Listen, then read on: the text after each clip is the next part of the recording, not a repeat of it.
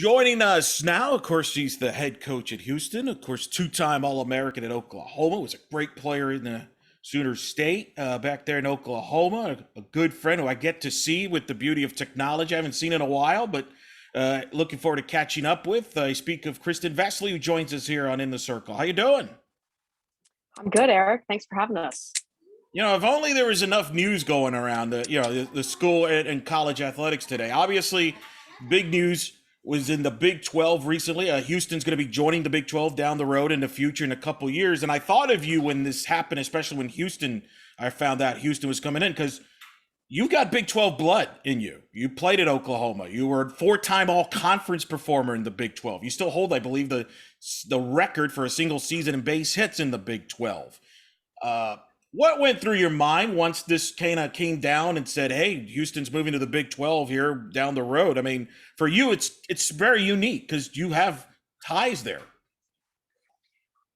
I mean, it was one of those things that had been talked about for so many years, and to actually see it come into fruition, that's really nice to see on the coaching side, to see all of the administrators and the president's work for the University of Houston, and we get to reap that benefit. But like you said, for us, for me personally, I'm a Big 12 baby, so being able to go back in the Big 12, understanding how talented it can be, understanding the area, the other teams that we played, their styles. We schedule really difficult and get to play a bunch of them throughout the year in the last few years, but actually being in the conference and playing them every single year in 3-game series, I mean, it's exciting. It's nostalgic for me. You get to feel, the kids get to feel what we felt when we played in the Big 12, and where the Big 12 tournament is held is where the World Series is. I mean, it's just all those things and all those memories come flooding back, and it's exciting. I'm so excited for our players and our university. It's so wild because you were there in the Big 12, and there's always been changes in the Big 12. So the more things change, the more they stay the same. Because when you played there, like Texas was there, A&M was there, like it was a different. Nebraska, I believe, was in the league and things like that. And then eventually they made some moves, and but yet the league still is strong even when it changes. And I think it's no different now with your addition and UCF going in and BYU going in, joining a league that's been a top 3 league, really, and with programs like Iowa State that's made the tournament. Baylor, very well. They've been a tournament program, and Texas Tech, etc. The league is just going to be strong and passionate about softball. And that's a great thing. I mean, we're leaving the American Athletic Conference, who is such a tremendous softball conference. I mean, you've named UCF, Wichita State, Tulsa, South Florida. I mean, those are prestigious softball schools, and we're going into another conference that has a lot of well-coached teams, and we're excited for that. It's a new challenge to face different opponents, but like you said, the Big 12 has changed a lot. I believe Missouri, when I played, Missouri, Nebraska, Texas, and Texas A&M and Oklahoma at one point were in the World Series. I mean, it's just a tremendous conference with a lot of history, and we're excited to be joining it. And I would imagine for your program, it's not as big of an adjustment because you're recruiting against a lot of these schools. You're usually recruiting these similar kids. You're trying to get the talent in that area. So you're really kind of been a Big 12 type of a program anyway, right? The way you've conducted yourselves in a lot of ways, shooting for some of these marquee with that great area that you're in for recruiting. Oh, Texas, and especially the city of Houston, has produced top prospects in almost every single sport annually, especially with softball. I mean, it is a hotbed of talent. And I would match that against some of the traditional powerhouses. And I know California has amazing talent, and Florida, kind of your southern states, have produced more per capita, I would say, that have gone to some of the top World Series participating teams. It's going to be a huge advantage. It levels the playing field. We've already gone against them recruiting, but now that, that thing can't be tossed around about a Power 5. It's like, okay, we understand that. We understand what that means. We understand the football revenue. It doesn't change where the program is at. And for us, we're going to take that attitude to wherever we go, and whoever we're playing is, we know what works for us and how to be competitive, and really take that step and, not be intimidated, but also not be derailed. And we've gone head to head with a lot of those schools, whether they're in the Big 12 or SEC or ACC, and we've won some of them, which is great. But I mean, at what point you can't say, why not us? with our level of degree, with our location, with us joining the Big 12. I mean, why not us? Speak to the commitment from the school from a facility standpoint. You've been working behind the scenes to help the softball facilities, and you've been trying to raise money. That's also a big factor in this, not just for softball as a whole competitiveness, but that's how these moves happen, right? You got to have the facilities to be ready to compete at the highest level, and you all have done that at UH. We have had tremendous support from the athletic department and private donors fundraised money. I mean, whatever you want to call it. Our Diamond Club is a huge reason we're in this situation for softball. I mean, we're moving into a conference where we're able to compete right off the bat with facilities. We've done in the last 5 years, we have the video board, which ranks, in size in the top 10. We built the indoor facility that has 5 full-length tunnels, climate controlled. We got our infield surface dug out and redone, regraded, new material. And then we just finished the second phase of that, which was get the outfield grass completely redone, added turf behind home plate just to clean up the aesthetics and the playability, because we do get rain here. So having a sand-based field is very important. And those are just things for us that have happened because of the generosity of others. And it's been one of those things where our student athletes are very aware of people believing in them and trying to contribute and give them the best opportunity to be successful, as well as our athletic department. You played, by the way, both soccer and softball during the Big 12 time. Like, you were a two-sport star athlete there. I mean, we've talked about you kind of sold yourself short as a soccer player, but you played at the highest level in both sports. I mean, that's you talk about. I mean, it's just kind of, to me, it's just so wild. I'm really excited for you because it's like a homecoming there. I mean, so many of your memories there. You had 97 hits your junior year, which is still the Big 12 record. That was I think, your 2 All-American years. I mean, what's your favorite memory from your playing days, either soccer or softball, during those times there? I mean, it has to be participating in the World Series. I mean, it has to be.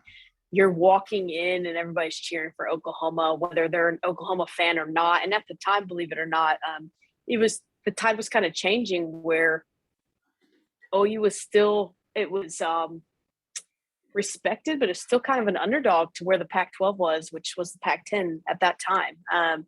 That's probably my all-time favorite memories, just walking in the right field line, that first World Series. And it was like, wow. I understand. You get that feel, the butterflies, you get the goosebumps. And it's one of those things that I hope every softball player gets to experience that at least once in their life. And it's not feasible. But that is, I would say that as far as soccer, there's a lot of fantastic memories.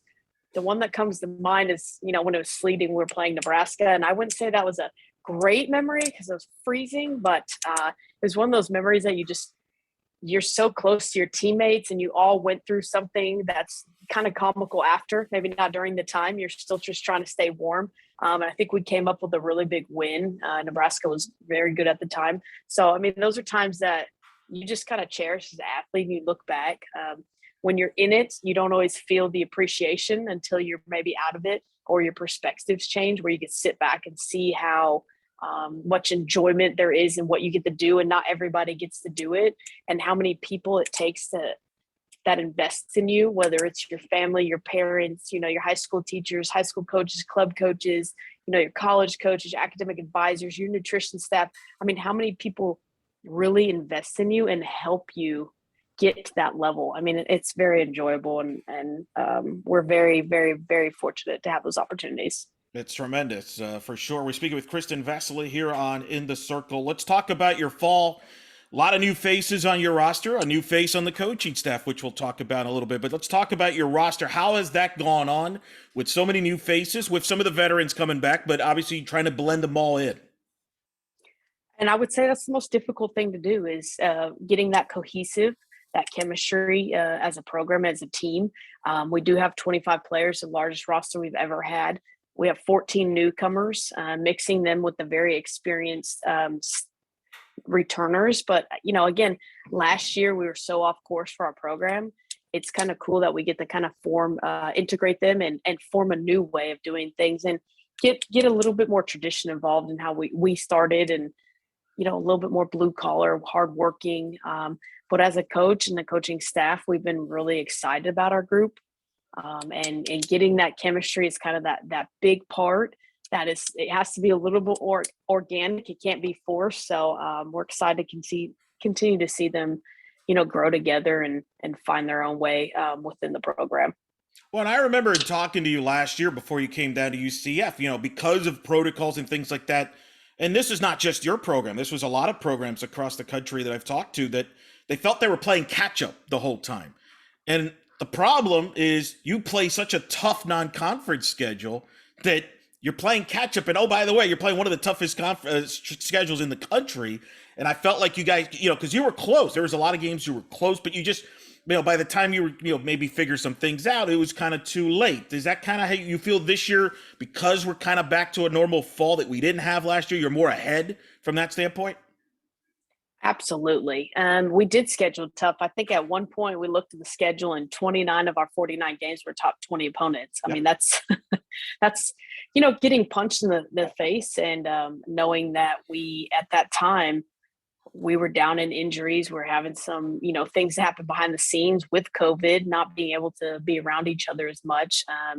Where this year you have the full fall, you actually get to see them play before the spring, which is a vital piece. You have sometimes as a coach, you have great practice players and you put them in a competitive situation, and sometimes they don't play like they practice, and sometimes they play above how they practice. So being able to do that and being able to put players in different positions and see if their strengths and weaknesses match up. Those are things for us that's really exciting as a coach. That's the strategic piece. And I feel like we finally got to have that this fall, and having the number of players on our roster gives us depth at each position. And now there's a competitive advantage that they're competing every day for that spot. And they've kind of really progressed along, which is exciting. When I think of your returners, I think of an Aspen Howie who hit 6 homers, 17 RBIs, but the stats don't tell the story of her value. It's a kid that you've pretty much, wherever you put her, she's going to do, what you tell her to do, and she could do it. She turned into one of the best outfielders there when that wasn't even her natural position. Is she one of your leaders that you depend on here, or Katie Ray Brown, who obviously behind the plate had 7 homers, 21 RBIs? Talk about some of the veterans coming back you expect to lead the way. You touched on Aspen Howie. The amount of pride we have in her as a coaching staff, like you said, her freshman year didn't get all the opportunities. Sophomore year came in and started at shortstop, talked about moving to outfield. She was like, okay, whatever's better for the team, coach. Started playing, and really kind of last year, took it in her wings. Yeah, I'm the center fielder. We didn't even put her in center till, a month or two into it. And it was literally just to try to strengthen the middle of the field and strengthen left field, because our center fielder at the time got better reads in left field. So it was one of those things that I was like, okay, whatever. And this fall, this kid has done such a tremendous job. She probably hit 600 or 700 with 6 to 8 home runs in 8 games. It was unreal of how well she's doing. And I think the advantage for the upperclassmen, or maybe even the returning seniors, when they're 22, 23 years old, your perspective's different. An at-bat becomes an at-bat instead of more of the emotional response. And for her, it's just the maturity and the time. And she came back on her own will. And I think that's hey, I want to do this. I want to go out a different way. And we've seen a different kid this fall. And she's absolutely been a leader for the last 2 years as well. You talked about Katie Ray Brown. She's done a really good job this fall, caught majority of the innings. What I love about that kid is she really invests in her teammates. There's a freshman came in that catches, that's really pushing her, but she's also trying to help and coach her. And let's be honest, she just bleeds red, and that there's such value in that. She's undyingly loyal to the University of Houston. And that's contagious. It just bleeds into other teammates, and she's a constant reminder of how fortunate we are. I would say Becca Schulte is back, and she has done a really good job, kind of stepped into a leadership role. And like we talked about, she has wisdom. I'm going to say wisdom instead of age. She has brought a lot of perspective, and Rock Benavidez is back. These are some really vital players for us to return. So it pretty much solidified the middle of our field with Katie Ray behind the plate, Rock and Becca. Rock's at shortstop, Becca's at second, and then Aspen in center field. I mean, now you're talking about kind of the core on the middle of the field's taken care of with leadership, with experience, with postseason experience. All of them have played in regionals. All of them are on the team when they're in the regional final. I mean, that's stuff that is huge and able to control emotion and understand what it takes to get there. That's a great point, and it's so critical to be solid up the middle and have that experience. That's really the foundation of every team, baseball, softball, you name it. And then you got players too, like a Brittany Shaw, who I see has just incredible power, and I wonder about her ceiling. Hit 7 homers, but I feel like the ceiling's even higher for her. I mean, a Bethany Bush, who hit 314 for you last season and had 4 homers. Just you got some players here that still have that extra ceiling, don't they?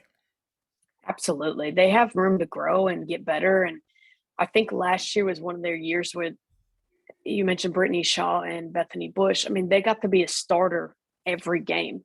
And that kind of experience is a growth mindset. You now know when people face you, they're studying your swing, they're attacking your weaknesses, they're attacking you, defensively and what areas of improvement. And it's one of those opportunities to go, okay, we got a full year under our belts. What do we need to get better at? Where I think this year they'll be able to add to contribute more consistently. Now that you've had that full year, now that you understand you have to continue to stay on top of some things throughout the year and make in-swing adjustments in the game. Also, which areas maybe we're being exposed in the game and go back and work on those and understand that those, if you take those away, they're no longer a weakness and they become a strength. So really excited for those two. And we've had a lot of newcomers that can contribute, which is exciting. You mentioned the newcomers. Who are some of the new faces that have kind of stood out and could be some people that players that Houston fans will kind of get familiar with once the season gets going? Because you've always had players that step in right away and contribute right away to helping the team, even as a freshman or whatever, that they contribute right away. I would say as a freshman, Janiyah Thomas has stood out this fall. She came in ranked nationally as a top 20 player. Her speed and the way she plays the game with the level of intensity. So far, she's won out third base. I wouldn't say that, again, these positions are still up in the air come January and February until we see what they come back as and their growth in all of January when we get them the full time. She has kind of separated herself, potentially maybe see her in a leadoff 2-hole or potentially the bottom of the lineup to roll it to the top. We have Emma Robertson, who has, kind of vied for that starting position behind the catcher that has an explosive bat. We have Amanda Carden, who's done a good job in the outfield. We have L.A. Matthews, who's come in and gotten some innings at first base for us this fall and swings a good stick. And I would say Paige Holsey is not a newcomer. She's a returner. She has been moved to outfield and done a very, very good job this fall with getting familiar with that spot defensively and making some adjustments to her swing to be a key contributor for us and moving forward. And then the last thing for us, Eric, is we have 5 new arms in the circle. So that is, Yeah. I mean, that's exciting that we have depth.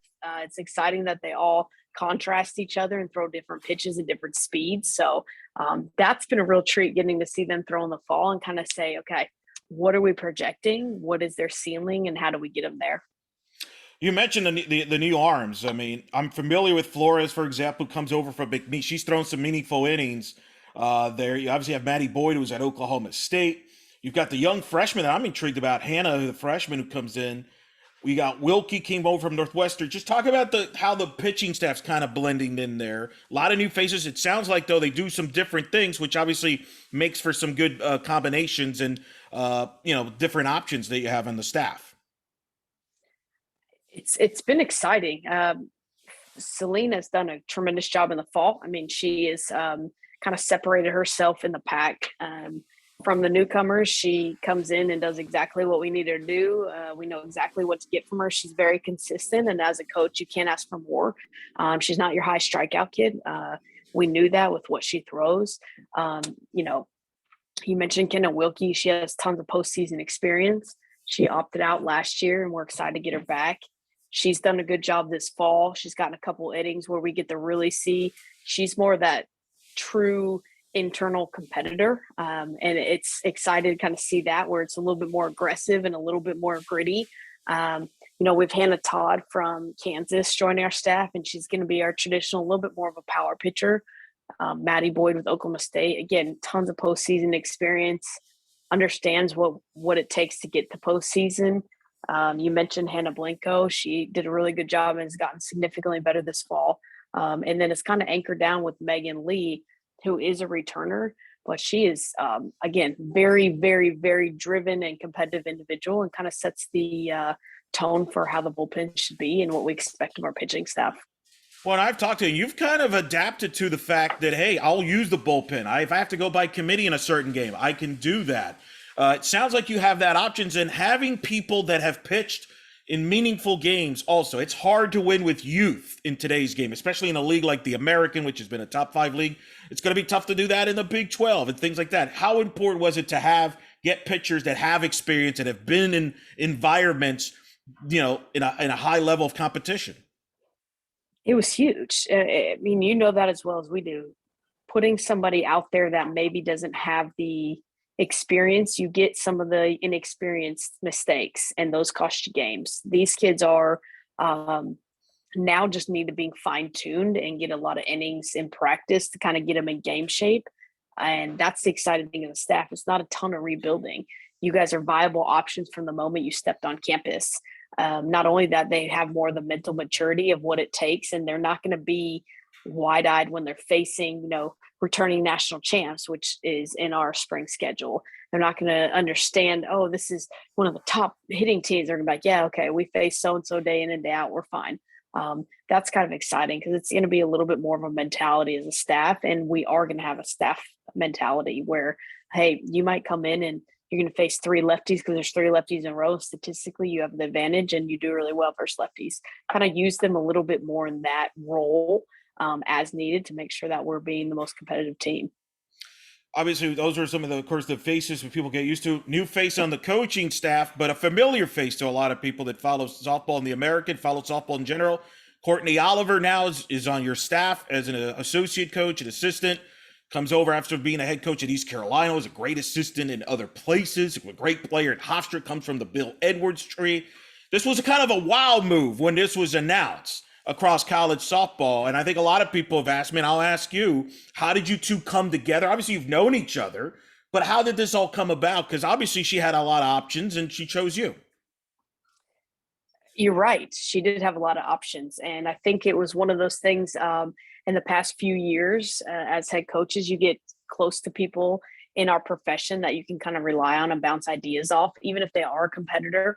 And we've done that in the last few years. And during COVID, especially, we started sharing some softball stuff and really kind of getting closer on the tactical side. And when the opportunity presented itself, we wanted to throw our hat in the ring. And that was something for us. We knew we lacked in development, and she obviously is experienced in the pitching side, but what we're using her for mainly is to take over defense. And for me, I needed somebody that has been in this chair before, and that I trust, and that's somebody that's highly dependable. And she's that person. Like, her knowledge and her experience is very advanced, and we're excited to have her. We don't always have the option to get somebody with the level of expertise that she has. I think the big city was the biggest draw for her. We leaned into that a little with the recruiting. I'm going to say recruiting process. We are by a beach. That's, that is one of the things that was important on her list. And I think just being able to be in an environment where she could be counted on and be a vital piece of the staff process. I mean, she has one of the most important areas in an area as far as on the field that we're going to rely on heavily. Like, we are going to have defense to win every single game. And she's done a really good job this fall. We've seen an instant outcomes and instant fundamental changes just since she's been here. And I'm a little shocked in a positive way. I knew she was good, but she's showing that she's really good. That's a good deal. How much of an adjustment has it been for the two of you? I mean, she's been a head coach for a while. Now she's adjusting to what things you like to do. You're adjusting to her. She probably has some ideas. How is that adjustment going for the two? Has it been an easy adjustment because you've known each other, or is there still some transitional getting to know each other and how things work and kind of communicating? There's always transition times. But like I've said before, I'm not afraid to surround myself with people who make me better. And she's absolutely one of those people. Her ideas are more than welcomed in how we do things. We've changed quite a few things that we've done in the past and integrated some of her ideas and concepts and how she runs things. And also of like, okay, hey, to be where we need to be, this needs to be done and this needs to be accomplished. And she's highly organized, which is quite valued to me because I like to fly by the seat of my pants sometimes, and I like to call myself organized chaos. So having her come in, who's a little bit more structured and organized, has been very good for us as a program as well. And I think the same of her. Like she's been challenged in some ways. Taking what she's learned. She's from the Hofstra chain, and that is very prestigious in our game and development. So I know that we've relied heavily on that and her, and she's done a good job so far. I remember Joe Torre, the legendary manager of the Yankees for a long time. He said that one of the things that made him successful is having a Don Zimmer on his staff who would pitch ideas to him, who was a former manager himself. And he would pitch ideas to him. He would use some of it he wouldn't. But the fact that he had somebody he could trust that has been in those shoes meant a lot to him. Is that similar here with you? Having someone that's been in your shoes can relate to everything you have to do. And as a result, it's somebody that, hey, let me offer you this. You may not take it. You may take the advice, but to have somebody that knows what it's like to be in the shoes you're in. 1,000%. That is one of the biggest benefits that we've seen is she understands that every decision is a tough decision and falls on the head coach at the end of the day. And she's bounced ideas and actually given advice and opinions in situations that most, might not have opinions on or might have a different opinion if they weren't in the chair before. And the ability to see things clearly and see things from a head coach's perspective, but also, understand what's on our plate every single day. It's such a huge benefit. And the piece I probably love the most is being able to have those conversations, but also the level of accountability and responsibility and understanding that, hey, this is our standard. And if I'm there or not there, or if I'm in the cages and she's on the field or vice versa, that everything's being done to the level of quality that I would expect if I was standing there. And that, having that trust, but also having that ownership, it's been tremendous. I mean, it literally somebody's as invested as your program because they've been there and understand what it's like when the shoe's on the other foot. It's been, I can't be happier as far as having who we hired, and Coach Waldrop adds tremendous value in that area as well. And it's just one of those things like, hey, until you've been in that chair, you understand, and she understands. And it's I don't know, it's been pretty comfortable, couple transitional moments, but other than that, her opinions and guidance has been welcomed. And I would imagine what's unique about this, because she was in the same conference and you all competed, she probably gave you some kind of her perspective of what she saw from the outside, kind of that self scouting, if you will. And you probably, get that extra opinion from the outside you normally don't get. You're like, oh, wow, I didn't think about that. That's a huge advantage to have somebody that comes in, but still knows your program well because they competed against you. Yes, she said some things like Houston when she's like, when we're preparing for Houston, this is what we prepped for. I was like, oh, interesting. This is what Houston softball's been known for. As an outsider, it's like, we really pride ourselves on X, and maybe it's Y, or maybe it is being seen as X. And it's like, okay, this is a very interesting and awesome perspective because it helps advance the program. At the end of the day, anything we can do to get better, we're going to do it. And you mentioned she'll run the defense. Lacey runs the pitching. I would assume you're running the offense. Just talk about how you kind of decide your philosophy when it comes to delegating from a coaching staff standpoint. No, it's been one of those things that we've all been in charge of different areas at some point. So it's been cool to kind of interchange. Offense is something that I did years and years ago, and we haven't really been in. We've had some really good coaches come through here. Being back in it's been exciting. Took a lot of time this summer to get with some of the best programs in the nation and their hitting coaches, and kind of get a little bit more on the technical side of it and the biomechanics, and relearn, because what was in maybe 5 or 6 years ago has drastically changed with the integration of technology. So getting to kind of relearn and sharpen my own tools has been exciting. Courtney does do defense for us. She also has input in offense and has also been a pitching coach before. So, it's kind of cool to see what she sees from a hitting perspective, or maybe like when she's throwing BP, hey, this is what I see.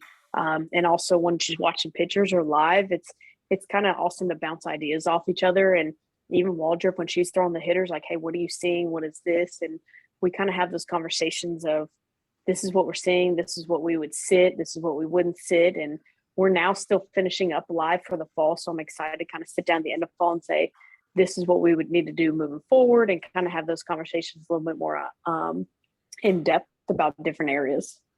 Is there a part of you that missed hitting and day-to-day and with the players involved in the hitting from that standpoint? Like, I covered Gus Malzahn, who's the UCF football coach, came over from Auburn, and he said one of the things he missed in his last year at Auburn is he didn't call plays. He had an offensive coordinator call plays. He said he missed it. And that when he came back, when he got this opportunity at UCF, he said, the one thing I'm going to do is I'm going to call my own plays, because that's who I am. I have to be true to myself. Is that similar here? Because since I've known you, you've always had a passion for hitting. I've already read off your hitting account. You were one of the great hitters in the history of Oklahoma. I got to believe there's a part of you that's kind of like, I kind of miss this, because that's part of your DNA. I mean, I've always missed it, but as a head coach, sometimes you're pulled in 1,000 directions.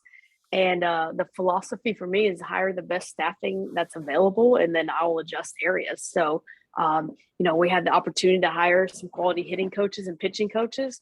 So then I just took defense. And now when Courtney became available, she had done hitting before as well. But I was like, hey, this is a good opportunity. You're actually a better instructor than I am on defense. I'll switch back to offense. It is passion. I do love it. I get to be with the players and really get an opportunity to work with them. I do like to manage, and I would say in-game management is one of the things that we've talked about, especially Courtney and I, is like, okay, here's your strength. How do we play off of it? Here's your strength. How do we play off of it? And kind of create a little bit more of a cohesive plan. And that's how we delegate responsibility to make sure that nothing gets missed and that we don't have some huge weakness anywhere on the staff or as a team. Couple last things. What is going to be the keys for your team? Obviously, as you wrap up here in the fall, and then before you know it, February will be here. What are some of the keys for your team to accomplish what you want to do internally and compete for the conference championship this upcoming season? Now that we've invested heavily in defense and pitching, those are going to be the ones we rely on the most. But again, we have to pitch competitively. And I know Coach Waldrop has a very good handle on that. And we've seen some growth in that area. We need to be able to hang our hat on certain facets. And that was one that we talked about, and getting back in a position to be athletes. Sometimes with our sport, we're trained in our sport and hounded in the fundamentals, and we lose a little bit of that athleticism. Well, we look at when we've been successful in the last 5 or 6 years, it's been when we've been the most athletic team. So we kind of got back to that a little bit more defensively and offensively. And moving forward, for us to be ready and attack in February, like you talked about, our chemistry has to be right. And at the end of the day, we have to compete for everything. We have a tough schedule again this year. If we handle it well with the maturity that we have, and we continue to compete day in and day out and rely on our athleticism, we'll be in a very good position for postseason. Well, we look forward to it. We look forward to seeing your team out this upcoming season. And in the meantime, I appreciate you taking the time from your busy schedule to do this, especially after the Astros unfortunately fell to in the World Series to the Braves. You're a diehard Astros fan, so I really appreciate the fact you came on with me despite that.